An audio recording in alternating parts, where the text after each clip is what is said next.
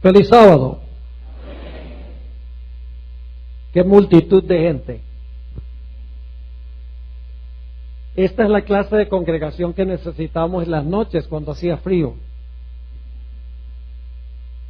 Yo creo que debe haber cerca de unas 1000 personas aquí entre los que están adentro y los que están en el patio. Gloria a Dios. No hay nada mejor que estar en la casa del Señor en su santo sábado. Esta mañana estamos culminando una serie de temas sobre las profecías de Daniel y Apocalipsis. Y he decidido presentar un tema que no es directamente profético en términos del futuro, pero sí tiene una relación estrecha con lo que hemos trazado durante el transcurso de esta semana. Nosotros los adventistas creemos, y la Biblia enseña, que la gran prueba final que va a dividir al mundo en dos grupos tiene que ver con el día de reposo. Por eso nosotros los adventistas nos encontramos en el templo de Dios en el día que Dios especificó, en el séptimo día, sábado. Mientras que la mayoría del mundo adora en otro día que la Biblia no presenta como el día de reposo. El pueblo de Dios se reúne en obediencia al Señor, guardando el santo día que Dios especificó claramente en su santa palabra. Antes de entrar a nuestro estudio, queremos hacer lo que siempre hacemos antes de abrir las páginas del libro de Dios, y es pedir que el Espíritu que inspiró la palabra pueda venir a explicárnosla y hacerla clara para nosotros. Así que inclinemos nuestros rostros y vamos a orar. Padre Celestial, muchas gracias por habernos permitido venir a este lugar en esta mañana, en este día radiante, para tributarte la honra y la gloria que tú te mereces.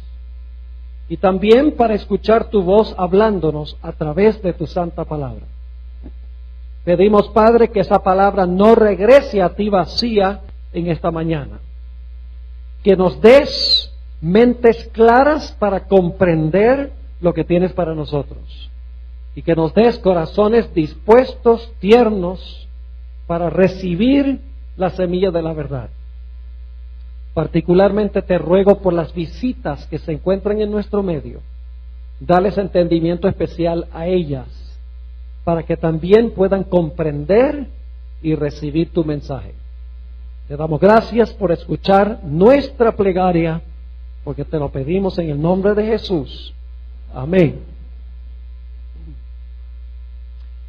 En Éxodo capítulo 20 y el versículo 8 al 11, encontramos nosotros el cuarto mandamiento de la santa ley de Dios.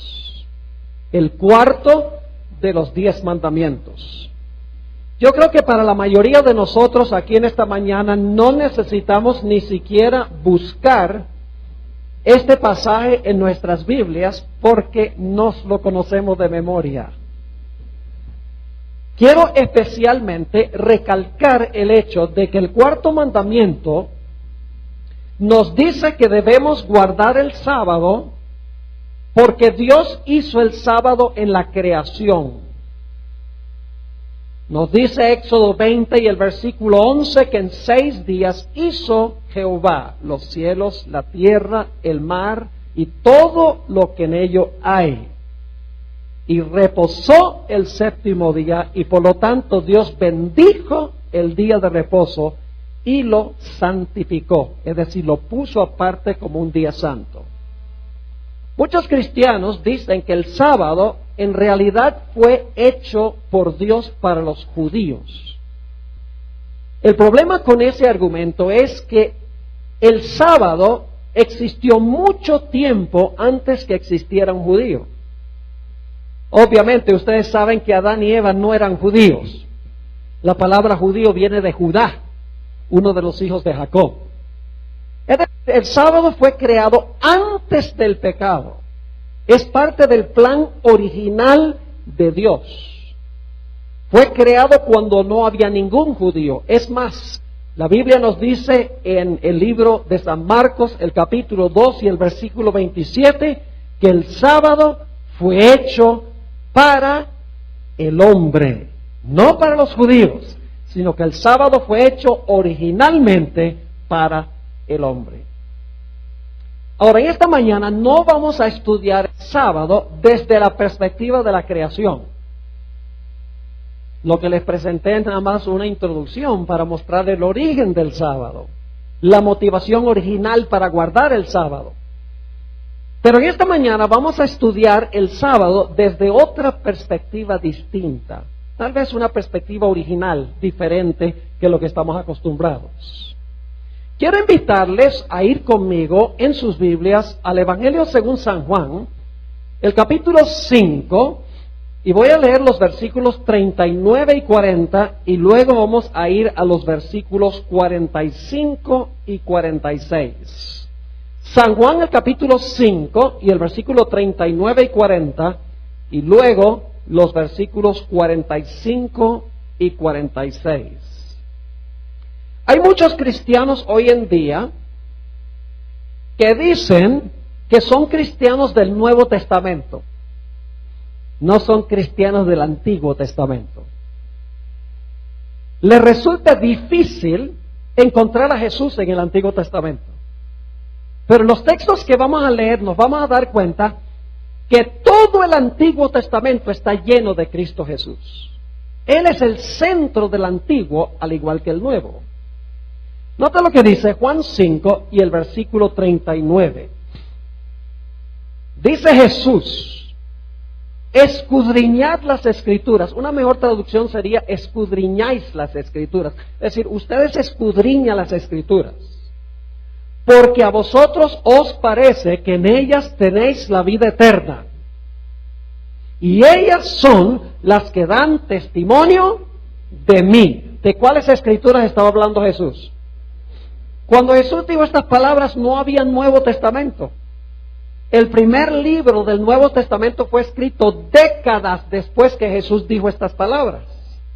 Así que cuando Jesús dijo aquí: escudriñáis las Escrituras, porque a vosotros os parece que en ellas tenéis la vida eterna, y ellas son las que dan testimonio de mí, Jesús estaba hablando de las Escrituras del Antiguo Testamento. Y luego en el versículo 40 Jesús dice: y no queréis venir a mí para que tengáis vida. Es decir, ustedes leen el Antiguo Testamento sin mí. Ustedes escudriñan las Escrituras, ustedes creen que al escudriñarlas van a tener la vida eterna, y sin embargo ustedes no quieren venir a mí, de quien hablan esas Escrituras. Ve, los judíos tenían el mismo problema que tienen las iglesias cristianas hoy en día. Los judíos no podían ver a Cristo en el Antiguo Testamento.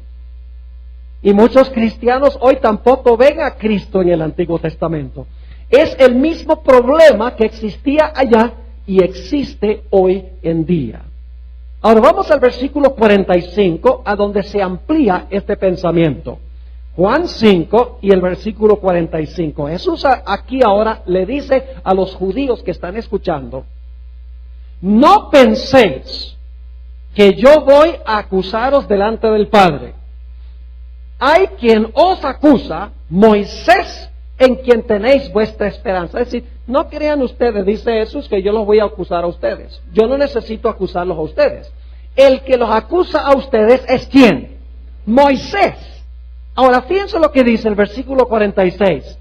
Porque si creyeseis a Moisés, me creeríais a mí, porque de mí escribió él. En cuanto a quién escribió Moisés. ¿Y cómo es que los cristianos dicen que el Antiguo Testamento es Israel y los judíos y el Nuevo Testamento es Cristo? Lo mismo decían los judíos de la época de Jesús. Querían las Escrituras de Moisés, pero no querían a Jesús. Ahora, esta mañana vamos a estudiar primordialmente un versículo de los escritos de Moisés para ver cómo encontramos a Jesús allí. Y tiene una relación con el sábado. Ahora vamos a mirar otros textos, pero hay un texto especial sobre el cual me quiero enfocar. Deuteronomio, el capítulo 8 y el versículo 3. Deuteronomio, el capítulo 8 y el versículo 3. Les doy un poquito de trasfondo. El pueblo de Israel salió de Egipto para cruzar el desierto a la tierra de Canaán. Claro, cruzando un desierto y estando todo el tiempo en movimiento, el pueblo de Israel no podía sembrar. Y por lo tanto, ¿cómo podían ellos vivir por un periodo de años en el desierto sin poder sembrar y sin poder cosechar? La respuesta es que Dios, según la Biblia, le dio a Israel un pan del cielo que se llama maná. Dios le dijo a Israel, yo les voy a llover pan de la panadería celestial. Y la Biblia dice que es pan de ángeles, no porque los ángeles lo comen, sino porque los ángeles son los que trabajan en la panadería de Dios. Ellos son los que hacen el pan. Por eso en el Salmo 78 se llama pan de ángeles. Ahora, cuando Dios llovió pan del cielo por primera vez, el pueblo de Israel salió y vio todo este alimento, todo este pan en el suelo, y empezaron a decir, maná, maná, que significa, ¿qué es esto? ¿Qué es esto? De ahí viene la palabra maná. ¿Qué es esto? Porque el pueblo de Israel nunca había visto maná. Ahora la pregunta clave es, ¿por qué dio Dios el maná? ¿Cuál fue el propósito central por el cual Dios dio el maná a Israel? Generalmente cuando hago esta pregunta, la gente dice, bueno, Israel estaba cruzando el desierto, necesitaban comida, no podían sembrar y cosechar, así que Dios les dio el maná para satisfacer su necesidad de alimento físico.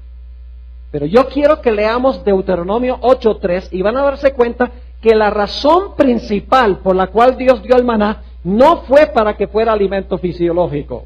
Dice allí, en Deuteronomio 8:3, Moisés está escribiendo después en cuanto a lo que sucedió en el pasado, dice, hablándole a Israel, y te afligió, y te hizo tener hambre, y te sustentó con maná, comida que no conocías tú, ni tus padres la habían conocido. Y ahora viene la razón por la cual Dios dio el maná. Dice, para hacerte saber que no solo de pan vivirá el hombre, mas de todo lo que sale de la boca de Jehová vivirá el hombre. ¿Por qué dio Dios el maná? Para satisfacer sus necesidades físicas, primordialmente, eso también, pero no es la razón central.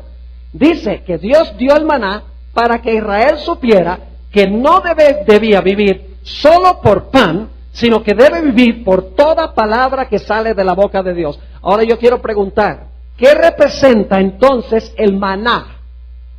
El maná representa la palabra de Dios. Se hace un paralelo entre el maná y la palabra de Dios. Ahora, quiero leerles otro pasaje a donde nos dice que el maná no era solo alimento físico. Vamos a 1 de Corintios, el capítulo 10 y los versículos 1 al 4. 1 de Corintios, el capítulo 10, y vamos a leer los versículos 1 al 4, a donde el apóstol San Pablo relata algunas de las experiencias del Israel antiguo, desde que salieron de Egipto hasta que llegaron al desierto. 1 de Corintios, el capítulo 10 y el versículo 1 al 4. Fíjense que el maná era alimento físico, pero era más que alimento físico, porque representaba la palabra de Dios.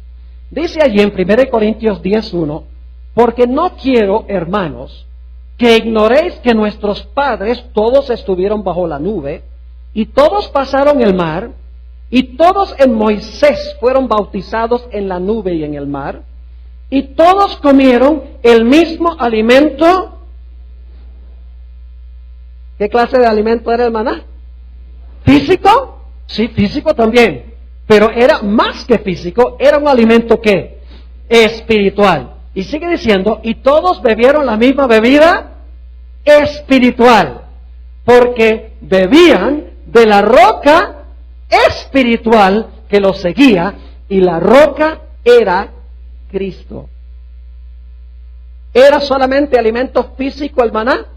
No, porque aquí el apóstol Pablo dice que era alimento ¿qué? Alimento espiritual. El maná representaba ¿qué cosa? La palabra de Dios. Pero ahora queremos hacernos la pregunta: ¿qué es la palabra de Dios? O mejor dicho, ¿quién es la palabra de Dios? La palabra de Dios es ¿quién? Jesús. Permítame leerles una cita muy interesante de Elena White en el Comentario Bíblico Adventista, tomo 5, página 1105. Una cita hermosa. Dice ella: lo que es el habla al pensamiento. Se piensa, luego habla, ¿verdad? Lo que es el habla al pensamiento es Cristo con el Padre invisible. Él es la manifestación del Padre y es llamado la palabra de Dios. Y ustedes conocen ese pasaje de San Juan, el capítulo 1 y el versículo 1 al 3. Se traduce al español: en el principio era el verbo, y el verbo era con Dios, y el verbo era Dios. Pero realmente la palabra en el griego es: en el principio era ¿qué? La palabra. Y la palabra era con Dios, y la palabra era Dios. Es decir, el maná representaba la palabra de Dios, y la palabra de Dios es ¿quién? Jesús. Es decir, el maná representaba a Cristo. Pero hay más. El maná representaba algo específicamente en cuanto a Cristo. No solamente a Cristo en general, sino algún aspecto específico de Cristo. Vayan conmigo al Evangelio según San Juan, el capítulo 6, y vamos a leer los versículos 48 al 51. Juan 6, 48 al 51, para ver más específicamente qué representaba el maná o qué representa el maná. Sabemos que el maná es la palabra de Dios y la palabra de Dios es Cristo, pero el maná representa algo específico en cuanto a Cristo. Dice allí en Juan 6, 48, está hablando Jesús: yo soy el pan de vida.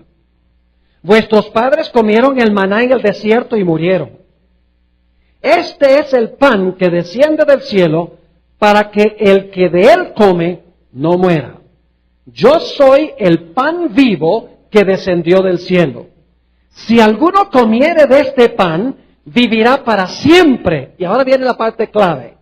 Y el pan que yo daré es mi carne, la cual yo daré por la vida del mundo. ¿Qué representaba más específicamente el maná?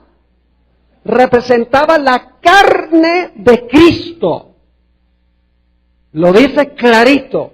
Nuevamente dice en el versículo 51, yo soy el pan vivo que descendió del cielo. Si alguno comiere de este pan, vivirá para siempre. Y el pan que yo daré es mi carne, la cual yo daré por la vida del mundo. No olviden este detalle tan importante. El maná representaba a Cristo, pero algo específicamente en cuanto a Cristo, representaba la carne de Cristo Jesús.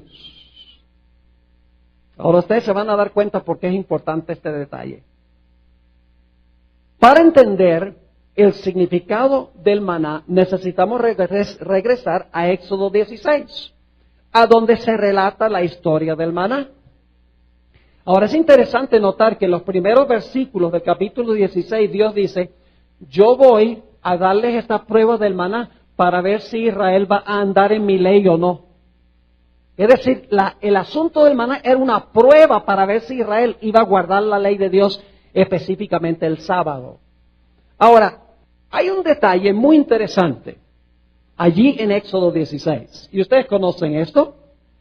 Cuando el maná caía, ¿cuántos días a la semana? El maná caía 6 días a la semana. ¿Cuál es el único día cuando el maná no caía? El sábado. Ahora, ¿qué sucedía cuando el maná se recogía del lunes para el martes? 2 cosas pasaban. Vamos a leerlo. Éxodo 16 y el versículo 19 y 20. Cuando el maná se recogía cualquier día para otro día que no fuera viernes para sábado, 2 cosas sucedían con el maná. Note lo que dice Éxodo 16 y el versículo 19 y 20. Y les dijo Moisés: Ninguno deje nada de ello para mañana. Mas ellos no obedecieron a Moisés, sino que algunos dejaron de ello para otro día. ¿Y luego qué dice? Y crió gusanos y hedió. Y se enojó contra ellos Moisés. ¿Qué dos características tenía el maná cuando se recogía cualquier día que no era viernes para sábado? Criaba gusanos y ¿qué? Y hedía. Este era pan raro.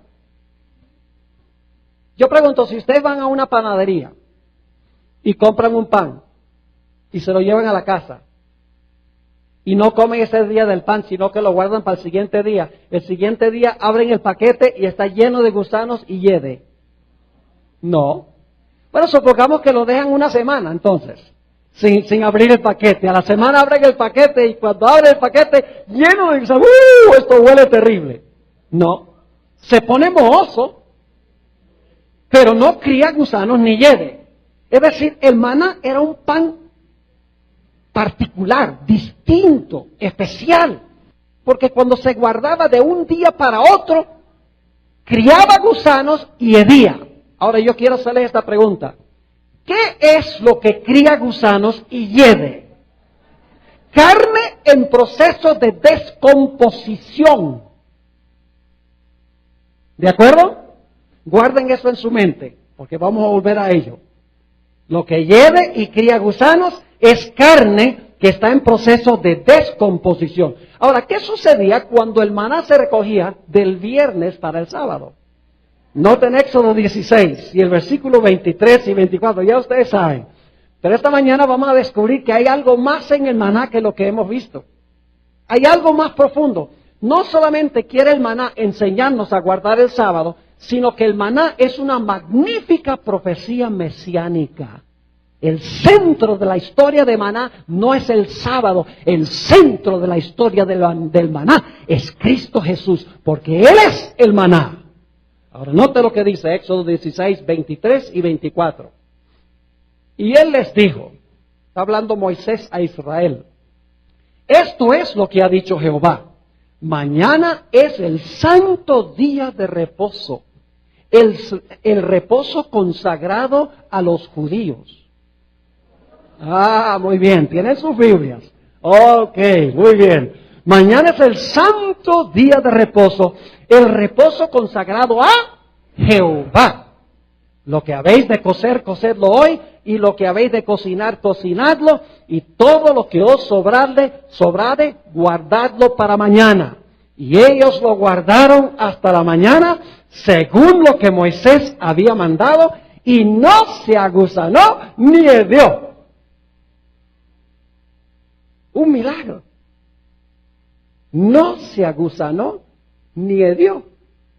Es decir, cuando recogían el maná el viernes, el sexto día, y lo guardaban para el sábado, el séptimo día, el maná estaba tan fresco el sábado como había estado el viernes. ¿Y el maná representa qué? La carne de Jesús. Ahora ustedes dicen, ¿por qué es importante esto? Para entenderlo plenamente necesitamos ir hacia adelante a los evangelios, a los 4 evangelios. Vayan conmigo a Mateo 27 y el versículo 46. Vamos a hacer un paréntesis ahora en lo que estamos estudiando del maná para estudiar la cronología de la pasión de Jesús, porque no vamos a entender la lección que Dios quiere enseñar con el maná al menos que entendamos la cronología de la pasión de Jesús. Vamos a mirar las 3 últimas declaraciones de Cristo en la cruz. Fueron 7, se conoce como las 7 palabras. Pero vamos a estudiar solamente las últimas 3 declaraciones de Cristo en la cruz. Mateo 27 y el versículo 46. Jesús está en la cruz del Calvario y nos dice allí, cerca de la hora 9. ¿Era la hora 9? No, todavía no había llegado. Cerca. Dice, era la hora 9. ¿Saben qué horas es la hora 9? Las 3 de la tarde. Porque los judíos calculaban el tiempo diferente que nosotros. Nosotros decimos las 6 de la mañana, las 9, las 12, las 3 y las 6. Los judíos decían la hora primera, la hora tercera, la hora sexta, la hora novena y la hora número 12. Por eso Jesús dijo, no hay 12 horas en un día. ¿Recuerdan que Jesús dijo eso? Es decir, la hora novena era las 3 de la tarde. Jesús hizo esta declaración no a las 3, sino cerca de las 3, casi llegando a las 3. Así que dice, cerca de la hora novena, Jesús clamó a gran voz diciendo, Elí, Elí, lama sabactani. Esto es, Dios mío, ¿por qué me has desamparado? Todavía no era la hora novena, todavía no eran las 3 de la tarde, era cerca de las 3 de la tarde. Estudiamos ahora la penúltima declaración de Cristo en la cruz. Juan 19 y el versículo 30. Juan 19 y el versículo 30. La penúltima declaración de Jesús, de las 7 declaraciones de Cristo en la cruz. Dice allí, en un texto muy bien conocido, Juan 19 y el versículo 30, cuando Jesús hubo tomado el vinagre, dijo, ¿qué cosa? Consumado es. Y habiendo inclinado la cabeza, entregó el Espíritu. Pero ahora escuchen bien. Jesús hizo otra declaración antes de entregar el Espíritu. Lo que pasa es que no está en Juan, sino que está en Lucas. Por eso tenemos 4 evangelios, porque al estudiar los 4 evangelios sabemos la historia completa. Vamos a Lucas, el capítulo 23 y el versículo 46 para ver cuál es la última declaración de Cristo en la cruz antes de morir. Lucas 23 y el versículo 46. Dice en Lucas 23 y el versículo 46, entonces Jesús, clamando a gran voz, dijo, Padre, en tus manos encomiendo mi espíritu. Y habiendo dicho esto, expiró. 3 declaraciones finales en la cruz. La primera declaración, ¿cuál fue? Dios mío, ¿por qué me has desamparado? La segunda declaración fue ¿cuál? Consumado es. Y la tercera declaración, Padre, en tus manos encomiendo mi espíritu. Yo le pregunto, ¿qué horas creen ustedes que eran cuando Jesús dijo, Padre, en tus manos encomiendo mi espíritu? La hora novena. Exactamente las 3 de la tarde. Y algunos están diciendo, Pastor, ¿cómo sabe usted eso? Porque Jesús murió como el Cordero Pascual. Y a esa hora se sacrificaba el Cordero Pascual. ¿Y dónde dice la Biblia tal cosa? Vamos a Éxodo 12 y el versículo 6. Éxodo, el capítulo 12 y el versículo 6, donde hay una expresión muy interesante. Jesús es nuestra Pascua, según el apóstol San Pablo. Dice en 1 Corintios 5, 7 y 8, Jesús, nuestra Pascua, ha sido sacrificada por nosotros. Así que si sabemos cuándo era sacrificada la Pascua, sabemos exactamente cuándo Jesús tenía que morir. Ahora fíjense Éxodo, el capítulo 12 y el versículo 6. Hablando del Cordero Pascual, dice, y lo guardarás hasta el día 14 de este mes, del mes de Nisan, el primer mes del año religioso judío. Lo guardarás hasta el día 14 de este mes. Y ahora escuchen bien. Y lo inmolará. ¿Qué significa inmolará? Significa sacrificar, ¿verdad? Como holocausto. Dice, y lo inmolará toda la congregación del pueblo de Israel. ¿Cuándo? Algunas versiones dicen al atardecer. Otras versiones dicen, ¿qué cosa? Entre las 2 tardes. Y así dice el hebreo en que fue escrito ese texto. No dice al atardecer, dice entre las 2 tardes. Así dice en el idioma original.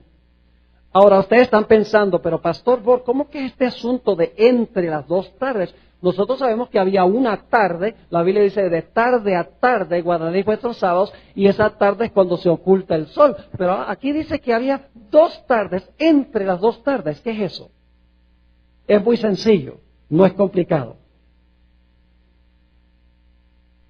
¿Cómo llamamos nosotros las horas entre las 6 de la mañana y las 12 del día? Las horas de la mañana. Y a partir de mediodía en adelante decimos son las horas de ¿qué? Las horas de la tarde. La primera tarde es cuando el sol alcanza su meridiano y empieza su descenso. Esa es la primera tarde. La segunda tarde es cuando ¿qué? Cuando se oculta el sol. Entonces yo pregunto, ¿cuándo sería entre las dos tardes? Entre las dos tardes sería entre las 12 y las 6. ¿Qué sería qué horas? A las 3 de la tarde. Es decir, el Señor Jesucristo murió exactamente a la hora novena. Su primera declaración fue cerca de la hora novena. La segunda, más cerca de la hora novena. Y cuando Jesús dijo, Padre, en tus manos encomiendo mi espíritu, y expiró, en ese momento llegaron las 3 de la tarde, exactamente entre las 2 tardes.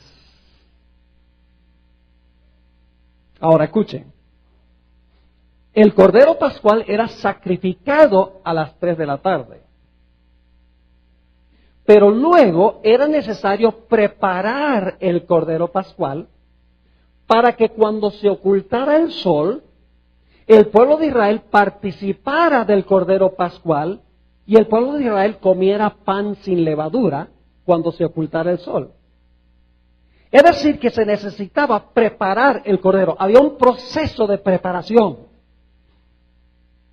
Y entonces, después de la preparación, la gente participaba, comía el Cordero y participaba de pan sin levadura ya cuando se ocultaba el sol. Y entonces ya no era el 14 de Nisan, sino era el 15 de Nisan, cuando en verdad se comía el Cordero. Era sacrificado el 14 a las 3 de la tarde, pero el pueblo participaba de él después de la puesta del sol el 14, el 15 de Nisan, que compensaba la fiesta del pan sin levadura. Y entre ese tiempo se preparaba el Cordero para que el pueblo participara de él.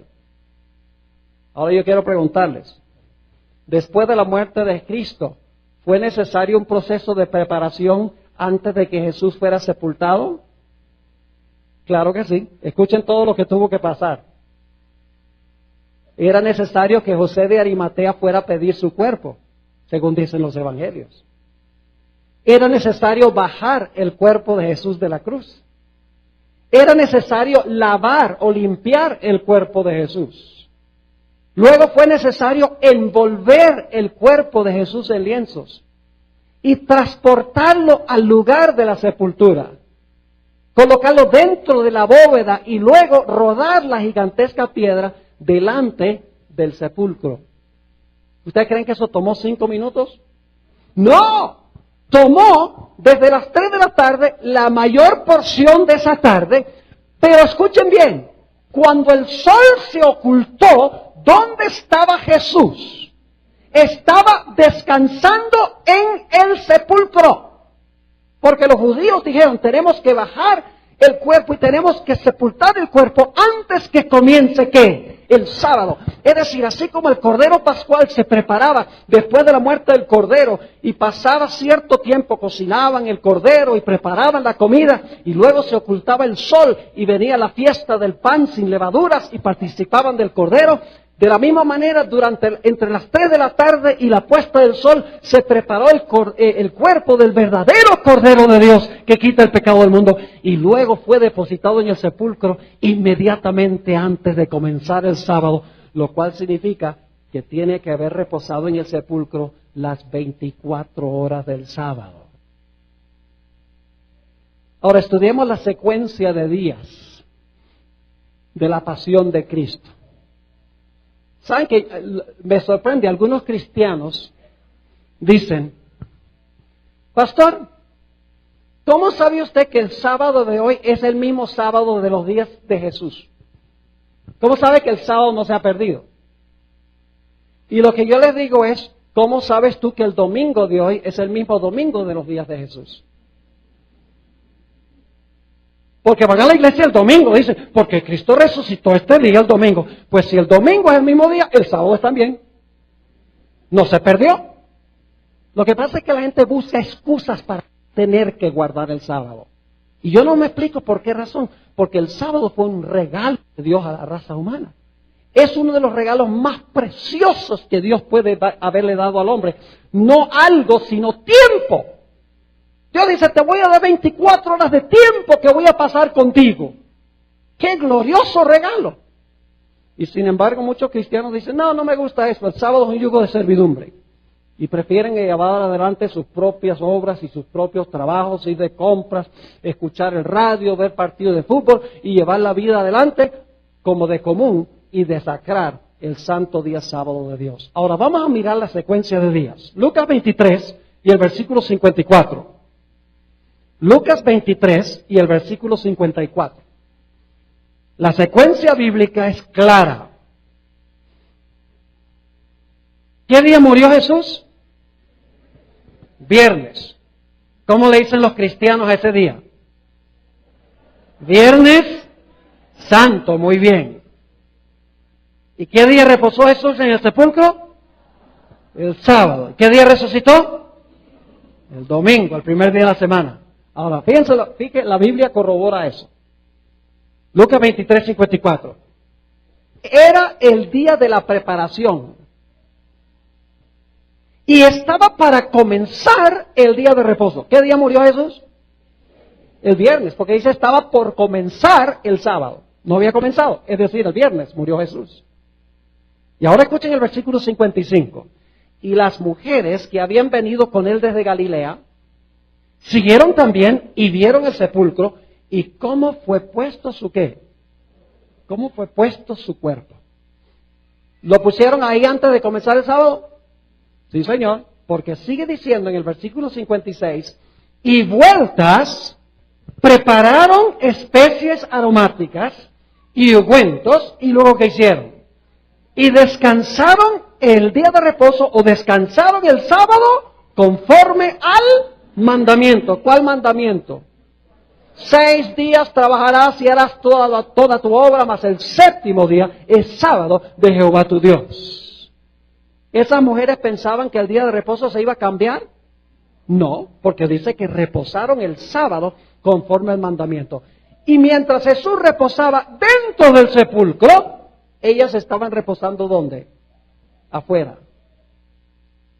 Ahora quiero preguntarles, ¿cómo creen ustedes que fue el reposo de esas mujeres ese sábado? Estaban felices y contentas y alegres, ¿verdad?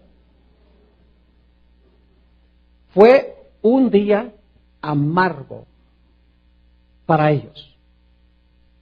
¿Por qué razón? Porque su maestro estaba muerto. ¿Cómo podían concentrarse en algo que no fuera el hecho de que su maestro estaba en el sepulcro y estaba muerto? A quien más amaban de cualquier persona en el planeta Tierra, ahora estaba muerto y estaba en el sepulcro. Ese día tiene que haber sido un día de tortura. ¿Y saben lo que dicen muchos cristianos? Dicen, ustedes los adventistas guardan el sábado que fue un día triste. Pero nosotros guardamos el domingo que fue un día feliz porque Jesús había resucitado. Y suena bonito el argumento, pero no funciona. Yo pregunto, ¿Jesús había advertido a los discípulos y a las mujeres que él iba a morir, sí o no? ¿Les había dicho que iba a permanecer en el sepulcro? ¿Había dicho claramente múltiples veces que iba a resucitar el tercer día? Yo pregunto, si las mujeres hubieran creído lo que dijo Jesús, ¿cómo hubiera sido ese sábado? Un día de gloriosa expectativa. Hubieran pensado, el maestro vivió su vida perfecta para darme esa vida a mí si yo la reclamo. Y Jesús murió la muerte que yo debo sufrir por mis pecados. Jesús ha hecho provisión para la salvación y ahora está reposando en el sepulcro, pero mañana va a salir. ¿Cómo hubiera sido ese día si hubieran entendido? Hubiera sido un día lleno de felicidad y de gozo y de gloriosa expectativa. No era el propósito de Dios que fuese un día triste. Además de eso, ¿saben algo interesante? El domingo no fue ningún día feliz. Porque el domingo en la noche, Dice la Biblia que los discípulos ni siquiera creían que Jesús había resucitado. Entonces, si no creían que había resucitado, ¿cómo podían estar felices? Lo que pasa es que la gente no lee la Biblia con cuidado. Un pastor se para y dice, el sábado fue triste, el domingo fue feliz, y yo me quedo con el domingo, dice la gente. Pero no va a la Biblia para ver que Jesús había advertido que él iba a morir, iba a reposar, iba a resucitar. Debería haber sido un sábado de gloriosa expectativa, un día de gozo y de felicidad. Y además de eso, el domingo no fue ningún día feliz, porque los discípulos todo el día domingo no creían que Jesús había resucitado. Inclusive los dos discípulos que iban en camino a Emaús, el domingo en la tarde, Jesús empieza a caminar con ellos y ellos dicen, nosotros pensábamos que Él era el que iba a redimir a Israel. Entonces el domingo no fue ningún día feliz. Estaban igualmente tristes. Hasta el domingo en la noche, que según la Biblia, domingo en la noche es ¿qué? El lunes en la noche, según el cálculo bíblico. Allí fue que ellos se dieron cuenta de que Jesús había resucitado y se llenaron de gozo y de felicidad. Permítame leerles una cita aquí, en un artículo que escribió Elena White, titulado El varón de dolores. Le pregunto, ¿cuántos días trabajó Jesús en la creación? ¿Qué día terminó Jesús su obra de creación? ¿Qué hizo Jesús el séptimo día después de su obra de creación? Descansó. Jesús trabajó para salvarnos. ¿Qué día terminó Jesús? ¿Qué día dijo Jesús? Se terminó, consumado es. ¿Qué día terminó su obra de redención? El viernes. ¿Y qué día reposó Jesús de sus obras de redención? El sábado. Jesús hizo en la redención lo que había hecho en la creación. Ahora escuchen esta cita tan significativa. Esta escritora, con 2 años y medio de educación primaria, que la gente critica mucho, pero los que la critican no la leen. ¿Saben? Yo he descubierto algo. Yo no formo mi opinión de alguien ni por lo que dicen los enemigos ni por lo que dicen los amigos. No creo lo que dicen los enemigos porque lo van a pintar peor de lo que es. Y no creo tampoco en los amigos porque lo van a pintar mejor que lo que es. ¿Saben lo que hago? Voy a la fuente yo mismo. Si ustedes quieren saber si Elena White fue inspirada o no, lean sus escritos. Y se van a dar cuenta que al leer los escritos sus vidas van a ser diferentes y mejores. Esa es la prueba de que fue ella inspirada por Dios. Ahora escuchen lo que dice. El Padre y el Hijo reposaron después de su obra de creación.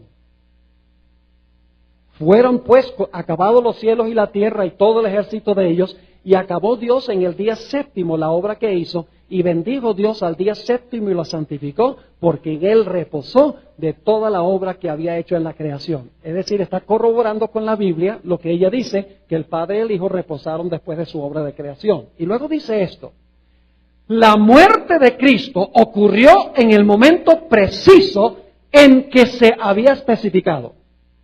Era el plan de Dios que la obra de Cristo se completara el viernes. ¿Sabe por qué es importante esto? Porque hay adventistas que están enseñando ahora que Jesús fue crucificado el miércoles y resucitó el sábado. Inclusive hay una que dice que el Señor Jesucristo, que los 3 días y las 3 noches comienzan el martes en la noche, cuando Judas Iscariote hizo el convenio de entregar a Jesús, y que Jesús resucitó el viernes, apenas se puso el sol, fue que resucitó Jesús. Y son gente en la iglesia adventista que están enseñando esto. La sierva de Dios es clara. Ella dice, era el plan de Dios que la obra de Cristo se completara el viernes y que descansara en la tumba el sábado. ¿Y por qué razón? Dice, así como el Padre y el Hijo habían reposado después de terminar su obra de creación. La hora de su aparente derrota fue en realidad la hora de su victoria. Se implementó con éxito el gran plan que se había elaborado antes de la fundación del mundo. ¿Tiene la secuencia clara? ¿Qué día murió Jesús? ¿A qué horas? ¿Qué pasó entre las 3 y las 6? La preparación del cuerpo de Jesús. Cuando se puso el sol, ¿a dónde estaba Jesús? En el sepulcro. ¿Qué hizo Jesús todo el día sábado? ¿Qué hicieron sus seguidores afuera? descansaron afuera con Él. Cuando terminó el sábado, ¿qué día resucitó Jesús? ¿Resucitó el domingo o resucitó el primer día de la semana? Ahora escuchen bien.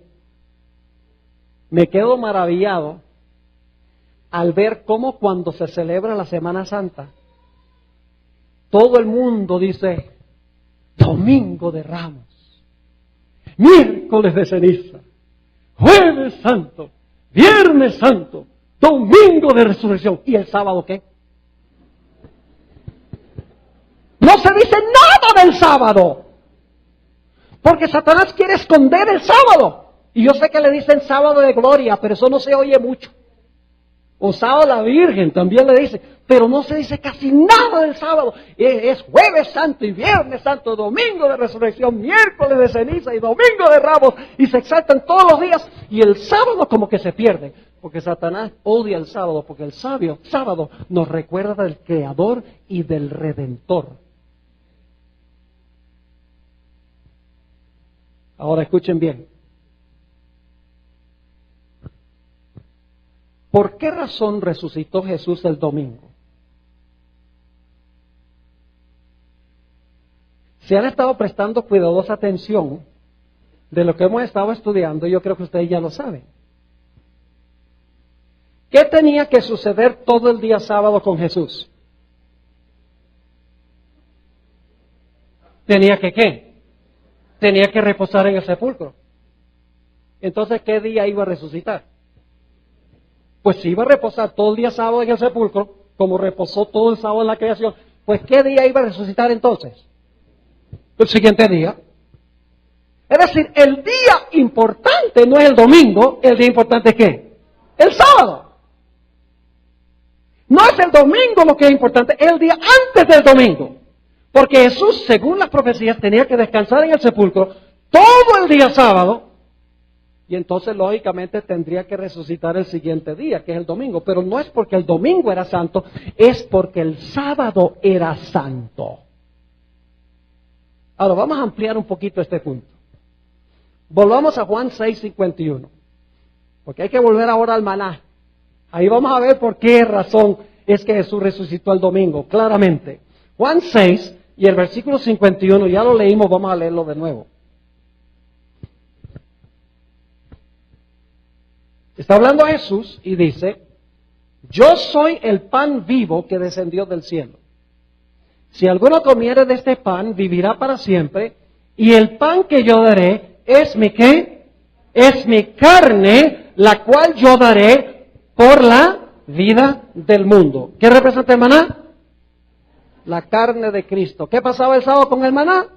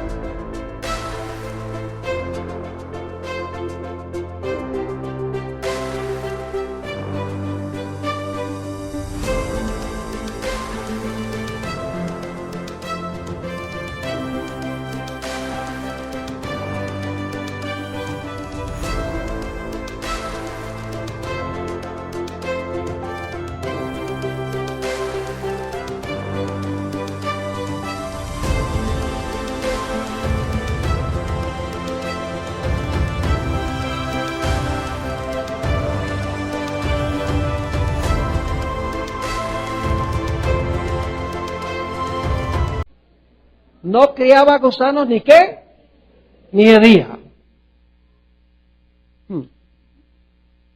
¿Está registrando? Vamos al Salmo 16. Salmo 16 y el versículo 8.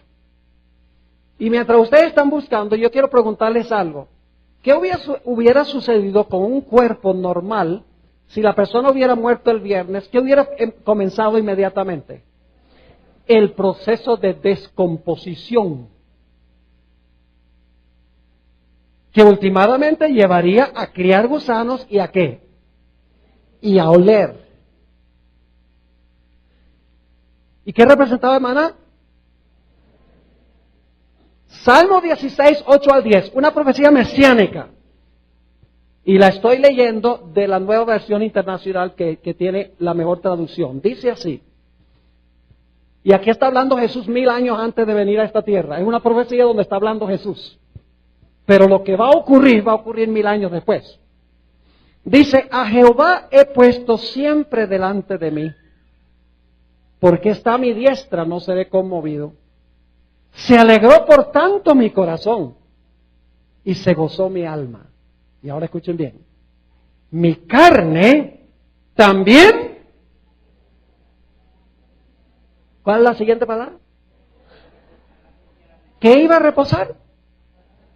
¿De quién? Dice, mi carne también reposará confiadamente. ¿Por qué la carne de Cristo iba a reposar confiadamente? Y usted dice, y usted no lo ha comprobado de que eso está hablando de Cristo. En un momento lo voy a hacer. Pero note que dice, mi carne también reposará confiadamente. ¿Por qué razón? Dice, porque no dejarás mi alma. Una mejor traducción sería vida. La palabra nefesh muchas veces en el Antiguo Testamento se traduce vida. No dejarás mi vida en el Seol, que es el sepulcro, ni permitirás que tu santo vea corrupción. ¿Por qué es la carne? Porque es que la carne de esta profecía mesiánica iba a reposar confiadamente, porque la carne no iba a ser dejada en el sepulcro, ni iba a haber, ¿qué cosa? Corrupción. Y usted dice, pastor, ¿cómo sabe usted que esto se refiere a Jesús? Sencillamente porque el apóstol Pedro lo dice así. El apóstol Pedro cita este pasaje. Después del día del Pentecostés, cuando se derramó el Espíritu Santo, el apóstol Pedro da un sermón explicando este salmo que acabamos de leer. Vayan conmigo a Hechos 2 y el versículo 25, 26 y 27. Hechos 2 y el versículo 25 hasta el versículo 27. Vamos a ver de quién escribió David este salmo. ¿Sobre quién lo escribió? No tiene que ver con David. David sencillamente es el profeta. Dice allí, en Hechos 2, 25, porque David dice de él. ¿De quién escribió David este salmo? De Jesús. Dice de él. Veía al Señor siempre delante de mí, porque está a mi diestra, no seré conmovido. Por lo cual mi corazón se alegró y se gozó mi lengua, y aún mi carne descansará en esperanza. ¿Es el mismo salmo, sí o no? Claro que sí. ¿Y por qué iba a descansar su carne en esperanza? Porque no dejarás mi alma, una mejor traducción es vida, no dejarás mi vida en el Hades, que es el sepulcro, ni permitirás que tu santo vea corrupción. Ahora la pregunta es, ¿a quién se le aplica este salmo? Vamos a los versículos 30 al 32 de Hechos del capítulo 2. Hechos 2 y el versículo 30 al 32 dice, pero siendo profeta David, y sabiendo que con juramento Dios le había jurado que de su descendencia, en cuanto a la carne, levantaría al Cristo para que se sentase en su trono, viéndolo antes, habló de la resurrección de Cristo, que su vida no sería dejada en el sepulcro, ni su carne vio corrupción. A este Jesús resucitó Dios, de lo cual todos nosotros somos testigos. ¿Qué pasó con el cuerpo de Jesús mientras estaba en el sepulcro? No comenzó el proceso de ¿qué? De descomponerse, porque Él era el maná. El maná que se recogía el viernes para el sábado estaba igualito de fresco que el viernes. Yo pregunto, ¿el cuerpo de Cristo el sábado estaba igualito de fresco como había estado el viernes mientras estaba vivo? Sí. Es decir, que esta era una magnífica profecía mesiánica que indicaba que Jesús iba a reposar en el sepulcro, su cuerpo, porque Él era el maná, y el maná no se corrompía, no hería ni criaba gusanos. El cuerpo de Jesús en el sepulcro, el sábado no iba a haber corrupción, porque Él era el pan vivo que descendió del cielo.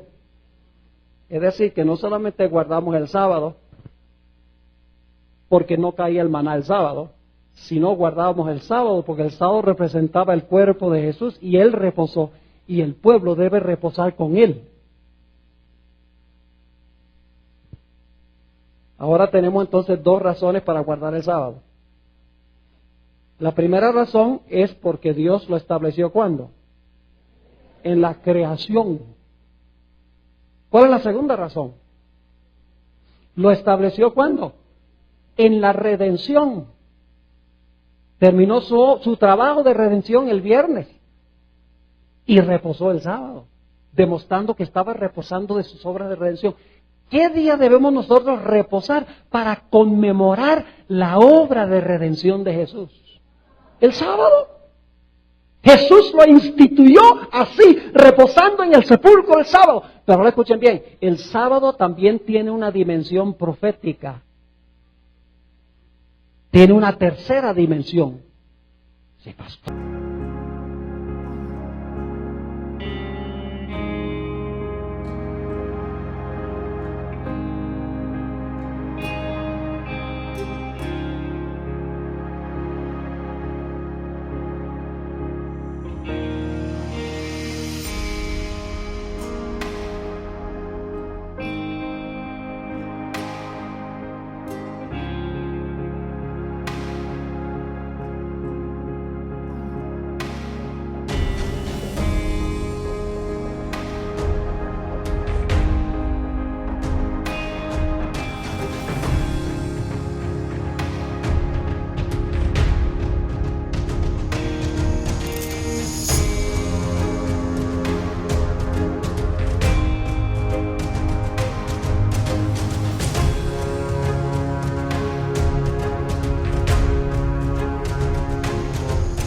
¿Tiene una tercera dimensión el sábado? Sí, señor.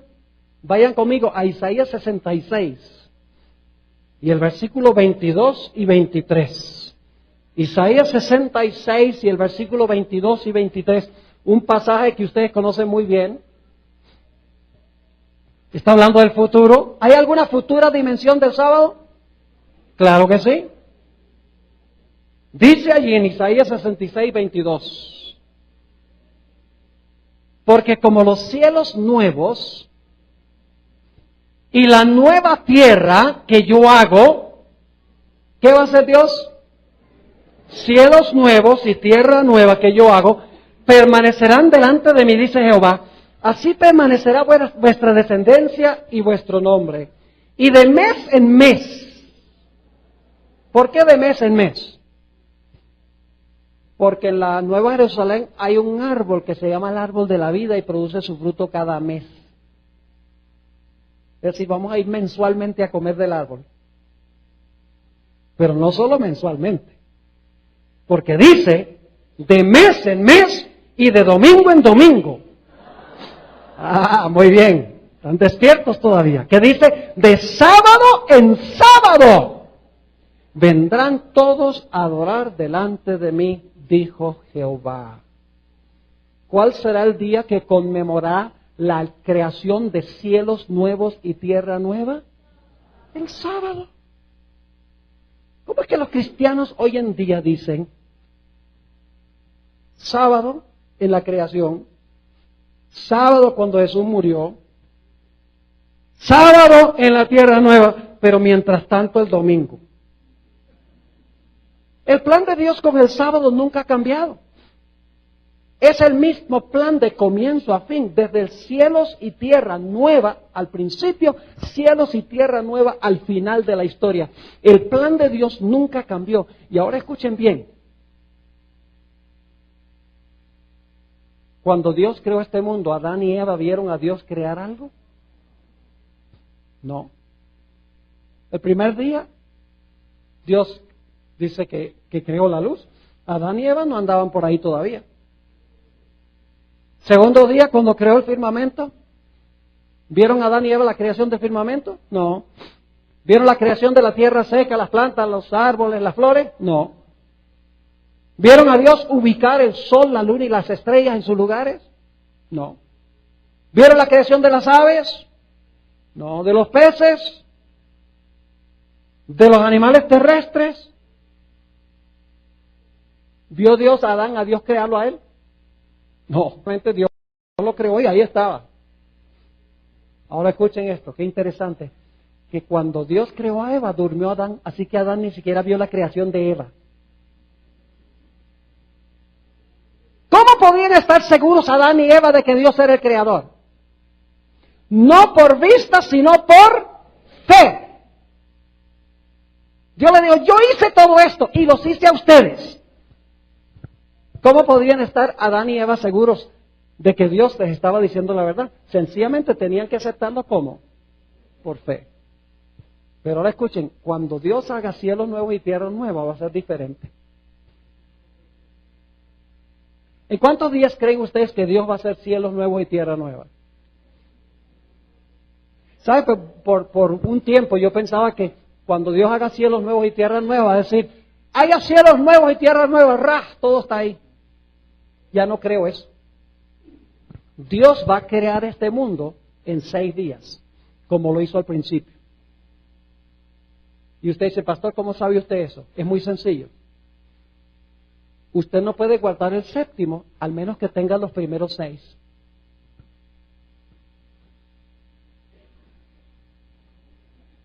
Vamos a guardar el sábado en conmemoración de la creación de cielos nuevos y tierra nueva. ¿Lo vamos a guardar? ¿Cómo usted puede guardar el séptimo si Dios no usó los primeros 6 para crear? ¿Me están entendiendo? Dios va a hacer este mundo en 6 días, pero va a ser diferente. Porque al principio Adán y Eva no vieron a Dios crear nada, pero cuando Dios haga cielos nuevos y tierras nuevas, nosotros vamos a estar ahí viéndolo.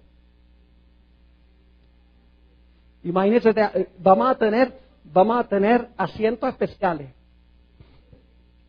donde Dios va a decir, sea la luz. Estamos viéndolo. Sea el firmamento. Testigos oculares. Produzca la tierra, plantas y árboles y flores. Dios tiene que crear plantas y árboles y flores porque el sol quemó todo bajo la 4ª plaga antes de la segunda venida. Luego Dios va a decir, el sol, la luna y las estrellas que fueran movidas de sus lugares a la voz de Dios, ocupen sus lugares de nuevo. Y Dios va a decir, ahora haya aves en los cielos y peces en los mares. Y ahora burbujean las aguas y se oyen los trinos de las aves, de los pájaros. Y luego entonces Dios dice, produzca la tierra seres vivientes, y ahora aparecen todos los animales terrestres perfectos.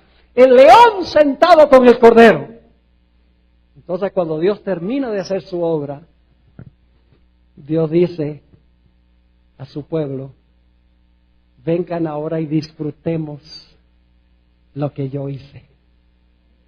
Pasemos todo el día sábado contemplando los frutos de mi obra. Y Dios reposará con su pueblo el sábado.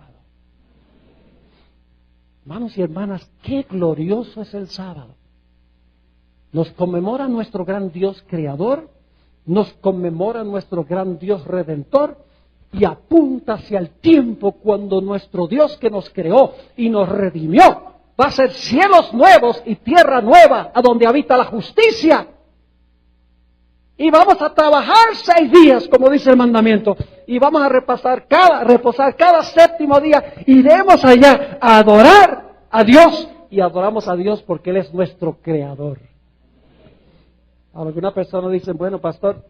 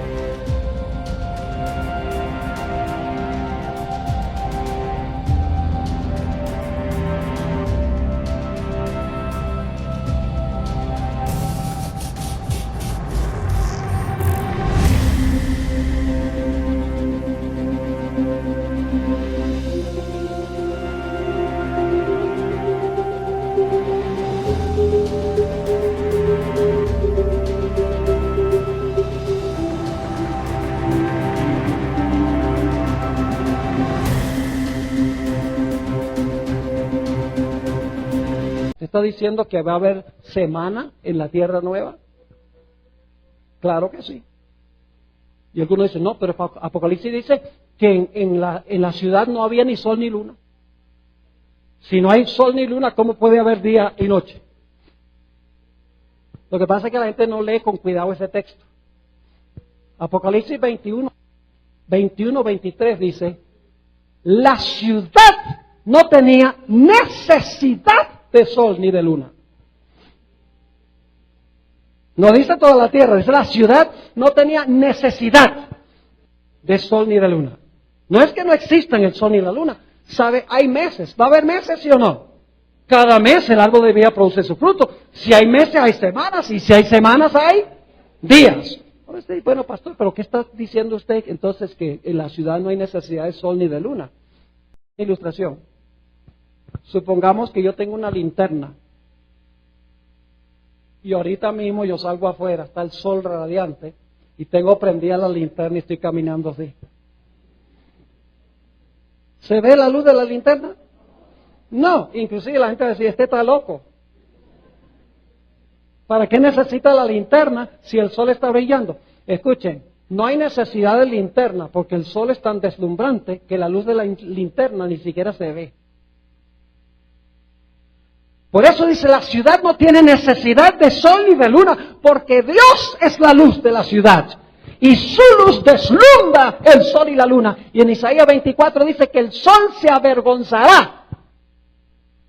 Y la luna también, cuando Jehová reine en Sión y en la santa Nueva Jerusalén.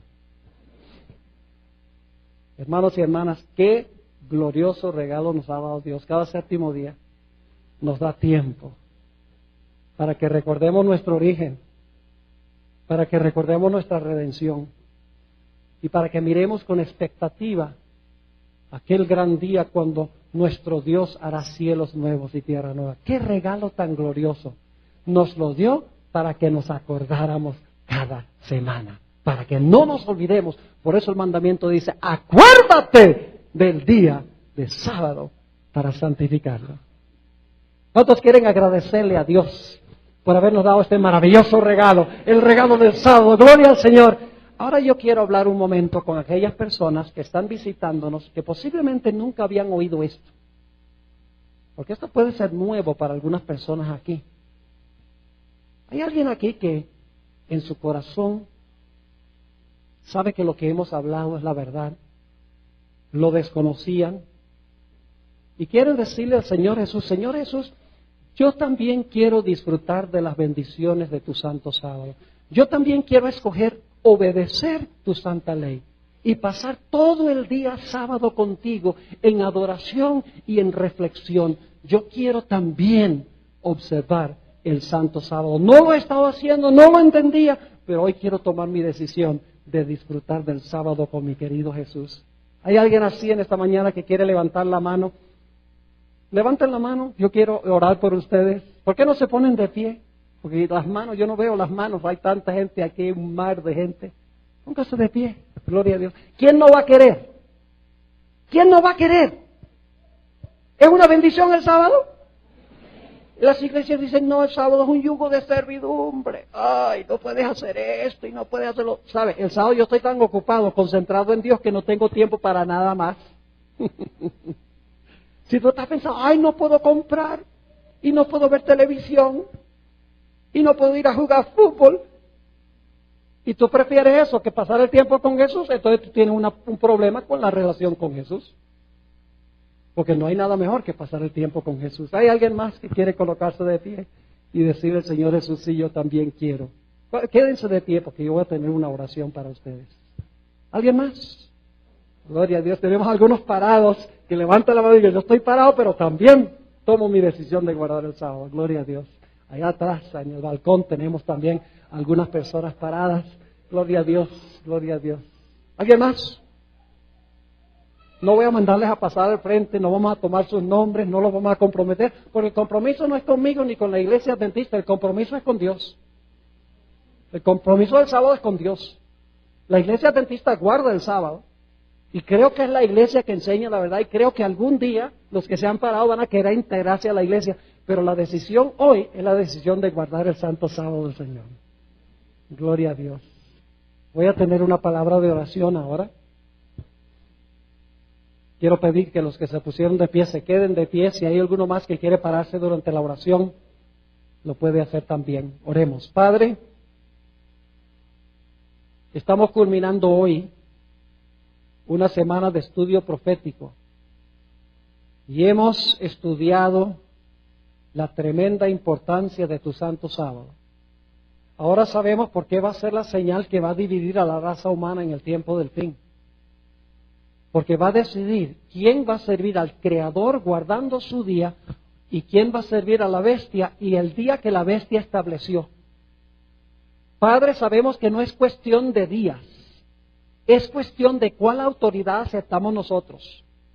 Y el día sencillamente es la forma externa en que mostramos si aceptamos la autoridad de Dios o la autoridad de la bestia. Padre, te damos gracias por habernos dado tu santo sábado. Perdónanos por haberlo considerado un yugo de servidumbre. Te doy gracias por aquellas personas que han respondido a tu llamado, se han colocado de pie, expresando su deseo de disfrutar del reposo del sábado. Te ruego, Señor, que esta sea una realidad en sus vidas a partir del día de hoy. Y todos los demás que hemos guardado el sábado ya por un tiempo, pedimos, Señor, que cada semana el sábado sea una experiencia fresca, nueva, con nuestro Señor Jesús.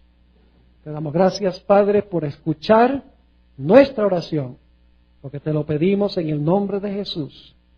Amén. Amén. Pueden sentarse.